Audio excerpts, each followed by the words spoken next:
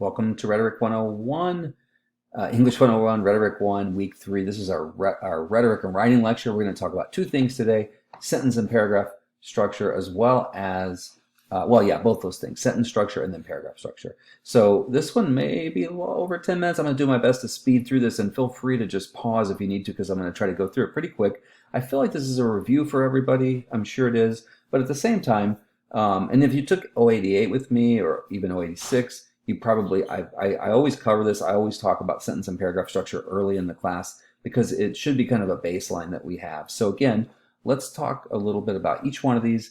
And if it's a little too fast, feel free to send me an email and ask for clarification, or you can go to the pages that I'm going to reference in our Hard-Brace Essentials book for a little more detail if you want to do that. But let's jump in so I can try to keep this video fairly brief. All right, complete sentences. Again, you can look at this if you have the Hard-Brace Essentials book, pages 250 to 271. Correcting sentence fragments, also in the Hard-Brace Essentials, 272 to 275. And then what are called run-ons and comma splices, 276 to 280. I'm going to cover each one of those, so don't worry if these are kind of like ringing a bell, but you haven't seen them in a while. But these are probably the three most common sentence errors any writer makes, but particularly college writers, where we are a little more picky about this. I mean, you can do fragments in creative writing and it's not necessarily wrong, but in academic writing, we try to limit them, and the same with run-ons and comma splices. So let's take a look at each one of these. So what is a complete sentence? That's probably the first question we got to ask before we dive into this too deeply.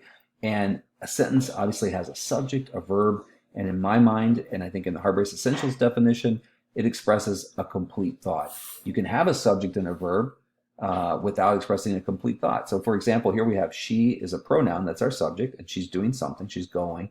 And then we have this word here, which actually turns this into an incomplete sentence because now the thought is not complete. When she goes to work, and we're wondering, right? So you could have this subject and verb and not have a complete sentence. It's not guaranteed. So you got to have those three things. And if I asked a quiz question about what are the parts of a complete sentence, you wouldn't have to say a period or question mark or anything. You would just, for this class, subject, verb, complete thought. All right, let's keep going. So here are common sentence errors. So if we have a run-on sentence, we basically have two sentences. So we have too much information, and we just stick it together, right? I love ice cream. I even make ice cream sometimes. There's a subject, a verb, a complete thought, a subject, a verb, a complete thought. We did that twice. That's a run-on. In other words, now, most run-ons oftentimes are very long, and you can tell, oh, that's just way too much information.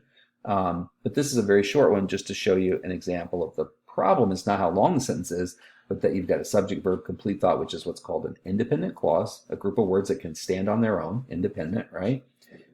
And they're stuck together with no punctuation. So we'll look at how to fix that. A comma splice is better. Notice we have the same sentence, but we stick a comma in there. That's still not really enough to fix that. So it's still considered an error, but we call it a comma splice instead of a run-on because it has this little bit of punctuation. It's a little better. And then finally, a fragment, like it sounds, a fragment is a piece of something, right? Like if I were to drop my glass here that I have and break it, there would be fragments of glass all over the floor. Those would not be useful. They would be just part of something. And if it was a whole and put back together, it'd be useful. And a fragment is like that. It's a sentence that's not whole or complete. It's lacking something. An incomplete sentence lacks a subject, a verb, or a complete thought. Here's an example. After the 4th of July, yeah, see, it's just kind of something missing, right? So we've got these three kinds of sentence errors, and I want to just tell you really quickly some simple ways to fix them. So the first one is how to spot and correct run-on sentences. First thing you have to know if you're fixing something is, do I actually have a problem? And again, the problem would be, here's an example. Sophia thought there was going to be a quiz. So that's a complete, because we have Sophia subject and she thought something. That's a complete thought. That's a sentence. Now we start again. She's a pronoun referring back to Sophia. But we have a whole nother sentence here, right? So this is a run-on sentence because we have two sentences without something connecting them. So three ways to fix a run-on sentence. And these will basically work with a comma splice. It's almost the same thing, right? If you had because you could have a comma here after quiz, and that would be a comma splice. But three ways to fix it. First one, just make it two sentences, if you want to. Just put a period, capital S, just like that. That makes it two sentences, and that's totally fine. The only problem with that is if you do that over and over and over and over, all of your sentences sound kind of choppy. You start to sound like a 1950s computer from a sci-fi movie from the old days, right? Da da da da da da da da. You have this kind of like robotic sound. So you don't want to have that throughout a whole paper, but definitely, yes, you can fix a run-on sentence by turning it into 2 sentences. However, again, if you do that every time, your writing's gonna sound kind of choppy. So it works though. Another way, the best way in my book, is comma plus, here we use the word so, and this is what's called I call them fanboys. You can call them coordinating conjunctions. That's the actual grammar word, but I like to use the word fanboy because it helps me remember them. And notice S is the word that stands for so, that begins so, right? So for, and, nor, but, or, yet, so. So this is an acronym like FBI or something, right? Each letter stands for a word, and a fanboy and a comma is, in my book, the best, smoothest way to connect 2 complete ideas together. You can also do this last one, which is called a semicolon. Semicolons are great as long as you have a complete thought over here and a complete thought over here. It's equally balanced.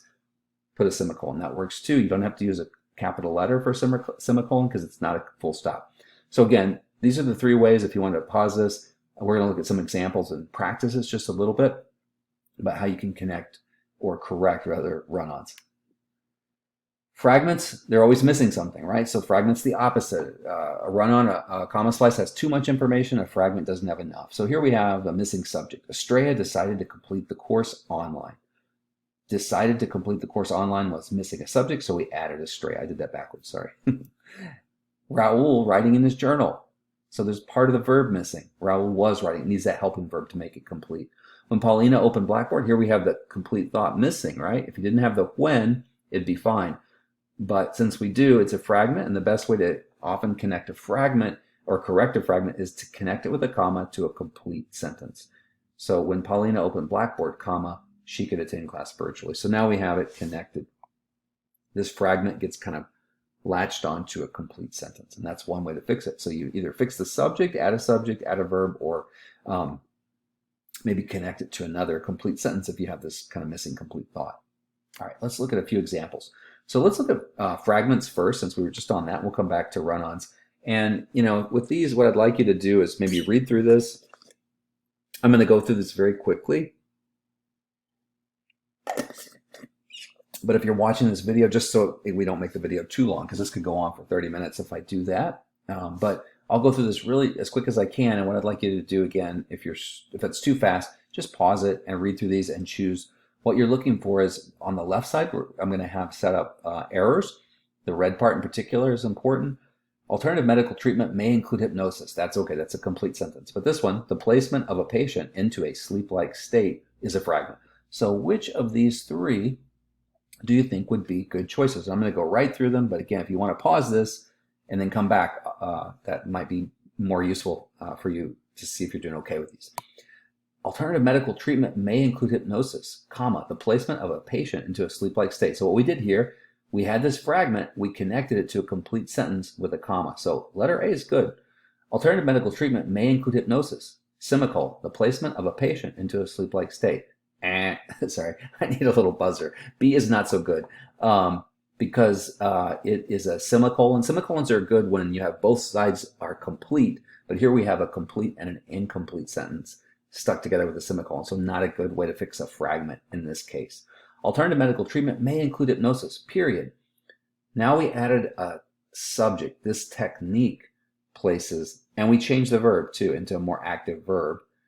This technique places the patient into, so we basically fiddled with our verb and we changed the subject, and that's good. So C is good. A is probably the easiest way to fix it, but C is okay, B is no. All right, we'll just do a couple of these, and then again, as I go through, if you want to pause and then just you make your choices, which is good, and then you can come back to the video if you want to. Derive from it a word meaning nervous sleep. So again, here's our fragment at the beginning. It's an incomplete sentence. It's missing something. You can see probably how that red part is not a good, we're talking about hypnotism, actually refers to a type of focused attention. This last part is good. That's a complete sentence. So how do we fix this? Derive from a word meaning nervous sleep, semicolon. Again, you're probably getting the idea. Semicolons are not good really to fix fragments generally when you have a fragment and then a complete sentence. So A is no. B, derived from a word meaning nervous sleep, comma, hypnotism actually refers to a type of focused attention. Yes, this is great. Same thing we had in the first one where we use a comma to connect the incomplete to the complete part. And that works perfect. Hypnotism is derived from a word meaning nervous sleep. Now here we changed our, we basically just added a linking verb. And we did the order. Hypnotism is, we added that linking verb and then the word hypnotism. So we added a subject and a linking verb. Is derived from a word meaning nervous sleep. We kept this as a 2 sentences. Hypnotism actually first. So this is good. This is good. It's 2 sentences. This one is using a comma. I like B a little better. It's a little more elegant, a little more smooth. A is not good for this one to fix. Okay. All right. One last one. Contrary to popular belief, the hypnotic state differs from sleep. Second part is good. The red part is bad. It's a fragment. Contrary to popular belief is not giving us very much information. So contrary to popular belief, comma, and again, if you want to pause before I give you the answers and see if you can decide, there are a couple that will be correct here, I think, and one that probably won't. Let's see. Contrary to popular belief, the hypnotic state delivers. Okay, so again, what we did is we connected this fragment to a complete sentence with a comma. Perfect. Contrary to popular, here we have our semicolon again. No. Sorry, these are my examples. I'm getting mad at myself for repeating the same one.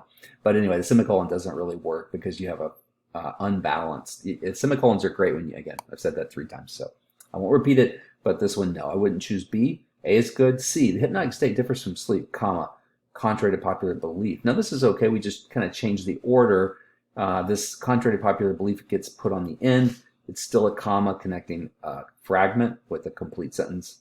Totally fine. Okay, so good. So those are the ways I would recommend correcting fragments. So not important yet, but when you get your first paper back, if you notice that it says sentence fragment, you might go back to this video or just remember what we talked about or even go to those pages in the Hard Race book. All right, couple of run-ons. Let's just fix a couple of run-ons and then we'll be done with the sentence structure for today. I know grammar is not always everybody's favorite thing to do, but let's see if we can get through this. The diplomats will end their discussion on Friday. They will submit their final decision on Monday. So I think if you look at this, you can see right about here, we ended the sentence, right? And we need to move on to the next. It's a new sentence. We have to do something. We can't just stick 2 complete sentences together. So once again, if you want to pause, you can do that. If not, you can just follow through as I give you the correct answers for these. The diplomats will end their discussion on Friday, comma, they will submit their final decision on Monday. Now you might remember earlier, I talked about 2 kinds of sentence errors where we have too much stuff. One is a run-on and one is a comma splice. So what we've done in letter A is we've created another kind of error. It's a comma splice. So A is no. We wouldn't want to choose no. We wouldn't want to choose A. It's not a good choice because it's just a comma to connect 2 independent clauses or 2 independent sentences, and that is a comma splice. Diplomats will end their discussion on Friday, period. Capital T. Yes, that's fine. Maybe not the best, but it's good because you now have 2 complete sentences. There's no grammar error, no run-on, no potential miscommunication. It's very clear. C is better, I think, because it's smoother. The diplomats will end their discussion on Friday, comma, and.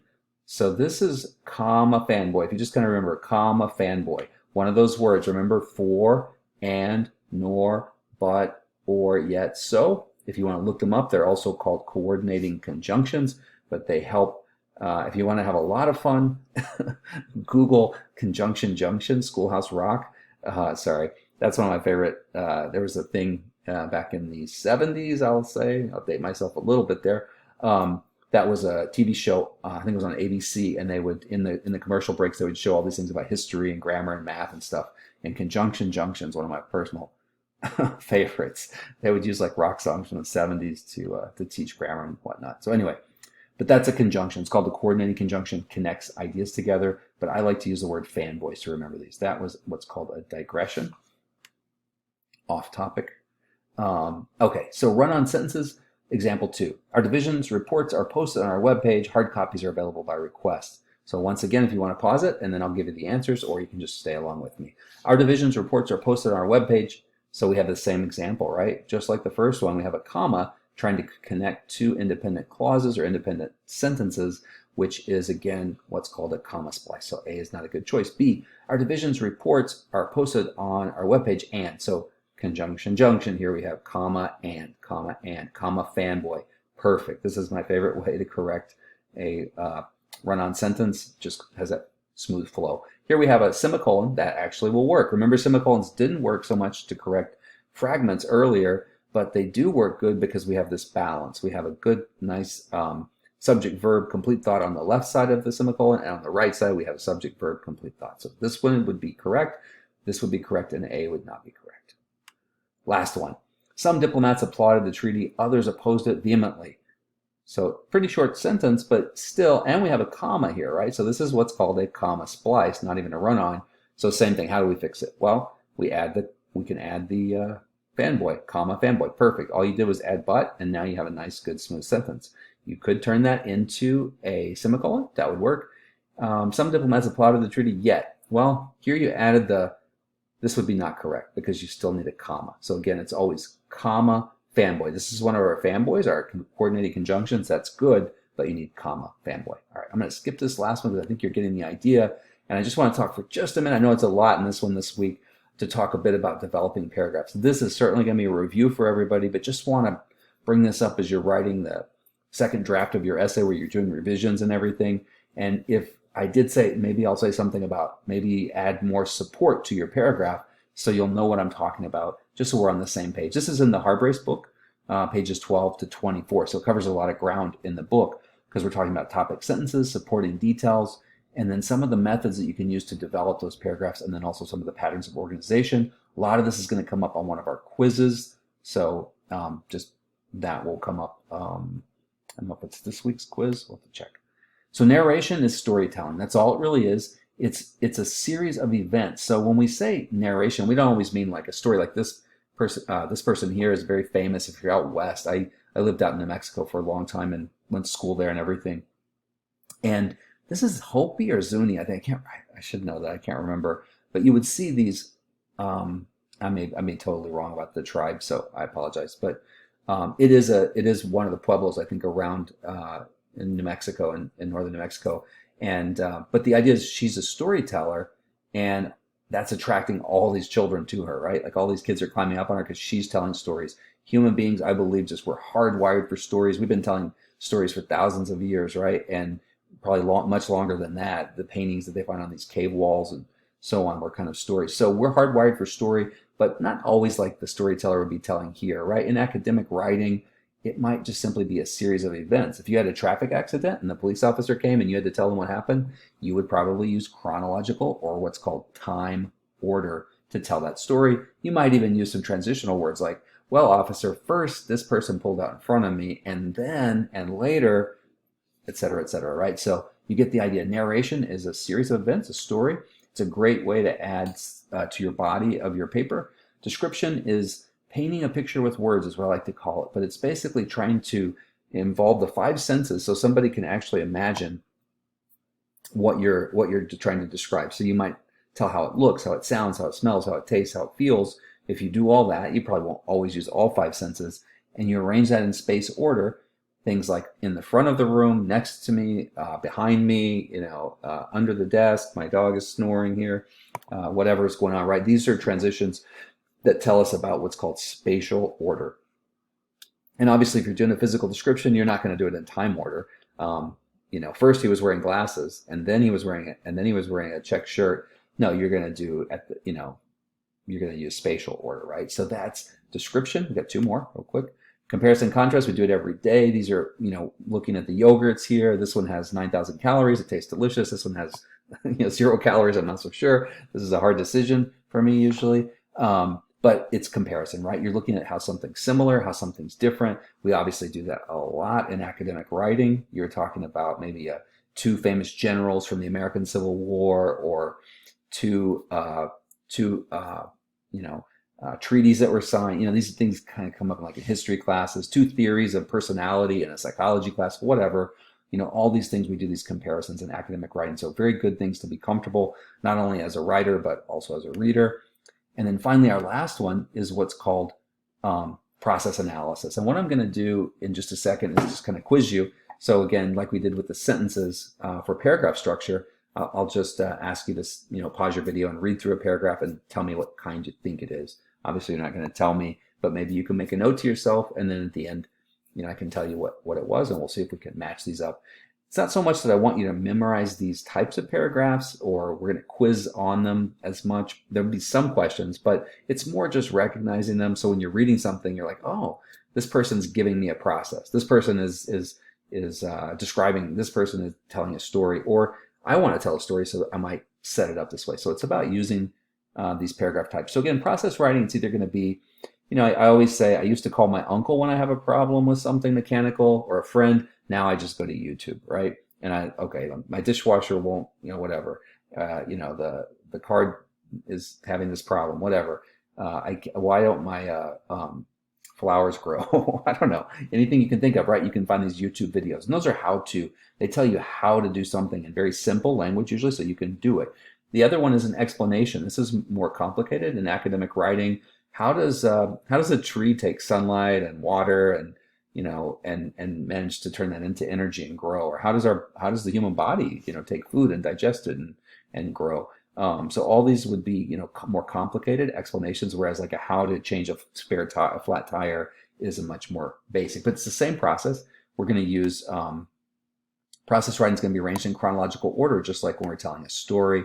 And we're going to use those time order transitions, just like first do this, then do that, because obviously if you're telling somebody how to do something, you want it to be in time order usually. All right, so let's look at a couple. Again, what I would recommend is if you could just pause the video, read through this paragraph, and what I'd like you to try to decide is what type of paragraph is this? And remember, we've talked about four. We've talked about a narrative, telling a story, a process, how to do something. We've talked about comparison, contrast, how something similar and different, and then we've also talked about what am I missing? Description, how something looks, sounds, feels, tastes, etc., right? To get that mental picture. All right, so pause it, and then I'll come back and tell you what I think it is. Okay, so this is from a textbook.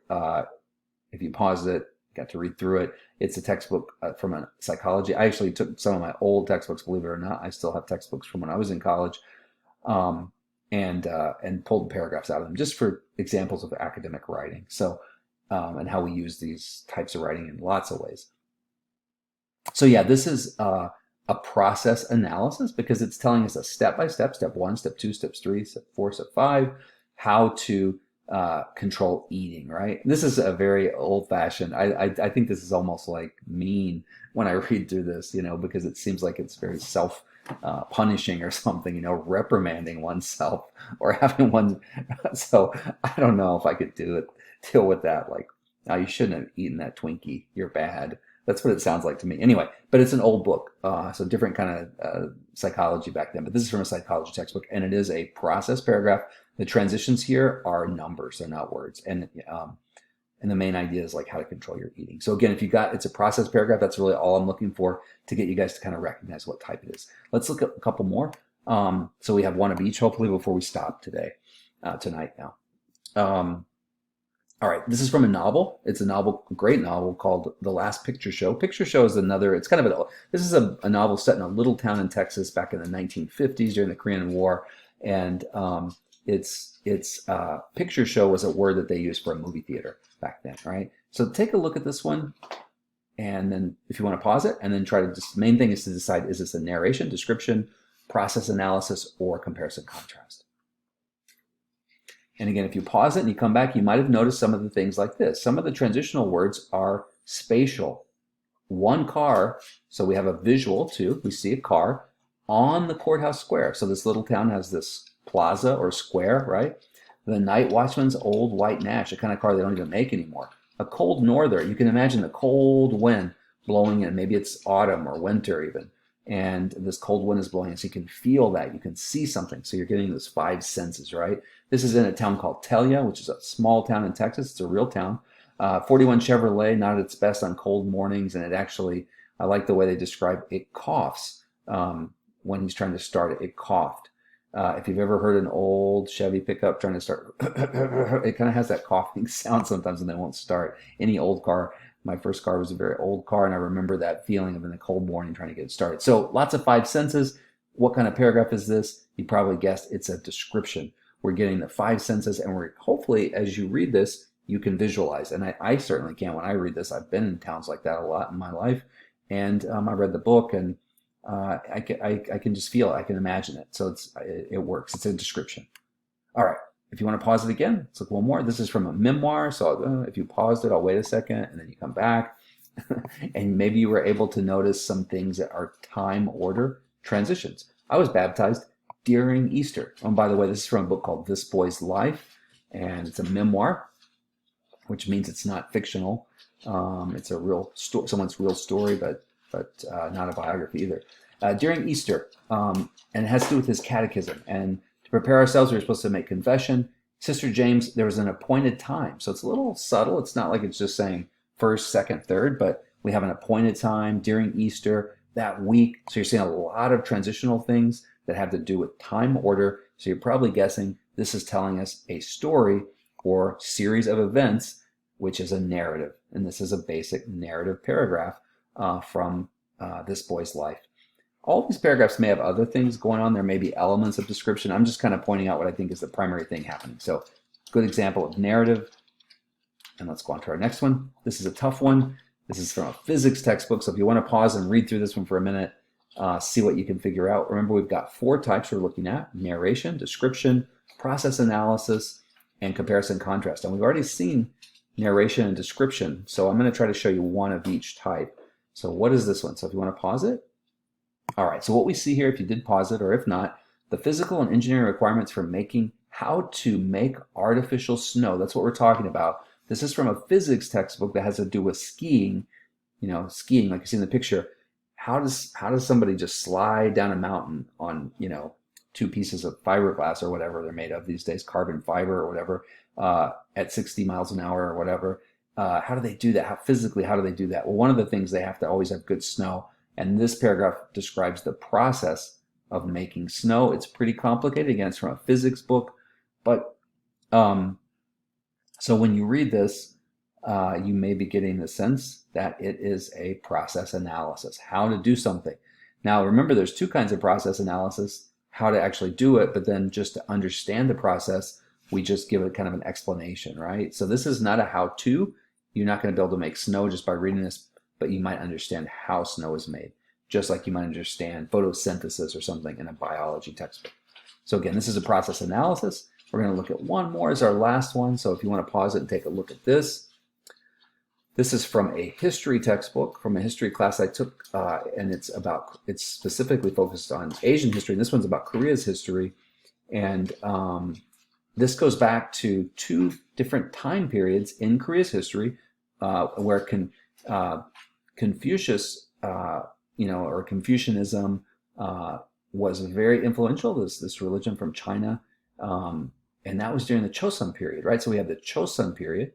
And then down here, we talk a little bit about the Koryo period. So different periods in society, and each one, they're talking about how women were treated. So although many women were prominent in Koryo society, they were now relegated to domestic chores, child rearing, and housekeeping. So they actually went backwards a little bit, it sounds like, from Chosun to Koryo. So we're comparing these 2 groups, and that means, I just said it right, comparison. So this is a comparison contrast, and you'll see some kind of transitional words like although.